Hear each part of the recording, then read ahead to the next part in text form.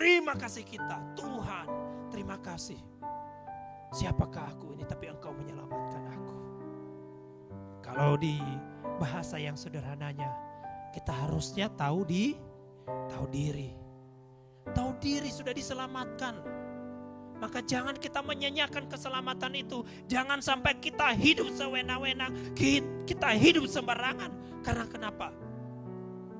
Untuk menyelamatkan kita, Tuhan membayar harga yang paling mahal.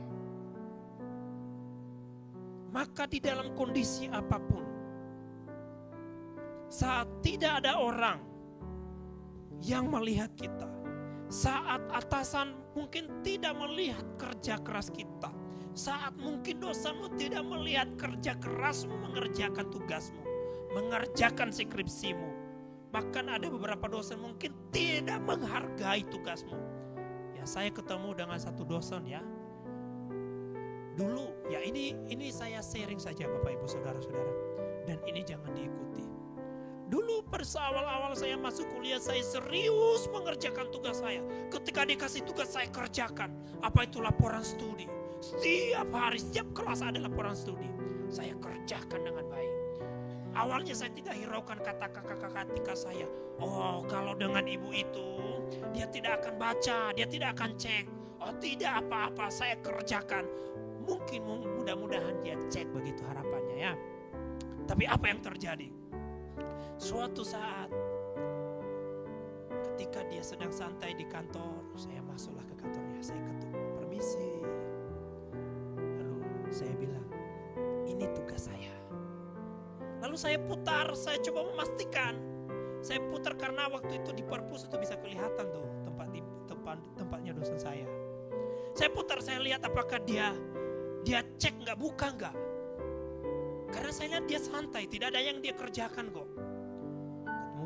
Kemudian ketika dia buka, dia ambil tugas saya. Saya pikir dia buka, tidak. Dia buka tempat tugas yang lain. Dia hanya menyelipkan di dalam, menyimpannya. Di situ saya tahu, oh ternyata tugas saya nggak dibaca. Mulai dari situ saya kerjakan asal-asalan. Dan ini adalah hal yang tidak benar. Walaupun mungkin kamu melihat tidak dilihat dengan baik, kerjakan dengan serius. Karena kenapa? Itu adalah bentuk ucapan syukur. Karena kita telah menerima anugerah daripada Tuhan. Itu adalah bentuk bahwa kita memiliki kerinduan, memberikan yang terbaik. Di mana itu memberikan yang terbaik adalah didasarkan oleh motivasi, ya, kasih kita yang meluap dari dalam hati kita. Karena kenapa? Kasih Allah telah memenuhi kita lebih dahulu. Kalau kita melakukan sesuatu karena kasih Allah, maka saya percaya meskipun kita capek, meskipun kita lelah, meskipun hasil pekerjaan kita tidak dihargai, meskipun banyak komentar ketika kita melakukan sesuatu, tapi kita akan melakukannya dengan sukacita.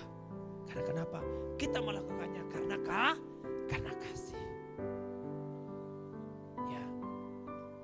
Contoh paling sederhana ketika kita mengasihi seorang, ini saya sering berikan ilustrasi. Ketika kita mengasihi seseorang, maka kita pasti melakukan apapun walaupun itu berat. Mungkin ketika dia sakit, dia minta martabak terang bulan jam 12 malam. Pasti kita akan cari toh. Ya kan? Walaupun dingin-dingin itu toh. Kota Malang sekarang kan apalagi sekarang 17 derajat Celcius. Sangat dingin. Tapi karena untuk orang yang kita kasihi, kita akan cari terang bulan itu. Ya. Supaya bisa menyenangkan hatinya. Maka demikian harusnya, lebih daripada itu, harusnya kita lakukan kepada Tuhan. Karena sekali lagi, apapun yang kita lakukan adalah bentuk ibadah kita yang harum di hadapan Tuhan. Ya, yang harum di hadapan Tuhan. Ya, jadi di rumah anak nanti saya harap tidak ada lagi yang bersungut-sungut ya. Ketika Kak Fesni menyuruh, tolong kain keset itu dilipat contohnya. Atau misalnya tolong cuci piring, tolong bersihkan kamar mandi. Ya kalau dari Nias, teman-teman dari Nias ini kan biasanya nggak biasa seperti itu toh. Kalau kita punya mama, kalau kita punya kakak, biasanya yang cuci pakaian kita saja mama kita dengan kakak-kakak kita. Ya karena dulu seperti itu saya. Ya saya nggak pernah cuci pakaian saya sampai saya kelas ya tamat SMP.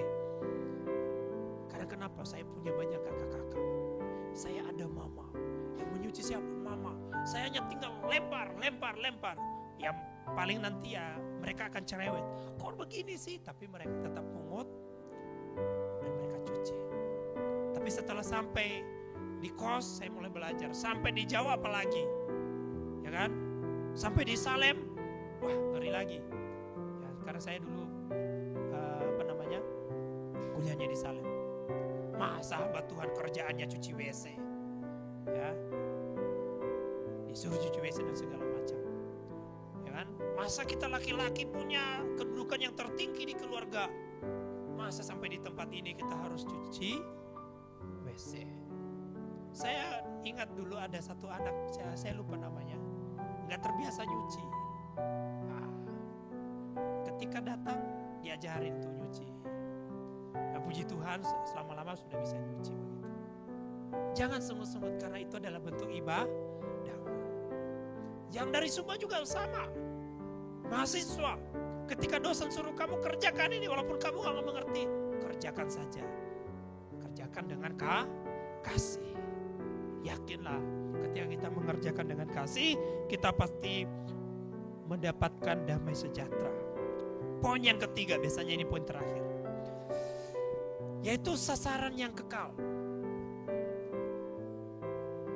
Yaitu 100% target kita adalah Kristus. Ketika kita memiliki sasaran yang kekal, maka kita merdeka daripada opini manusia. Ya.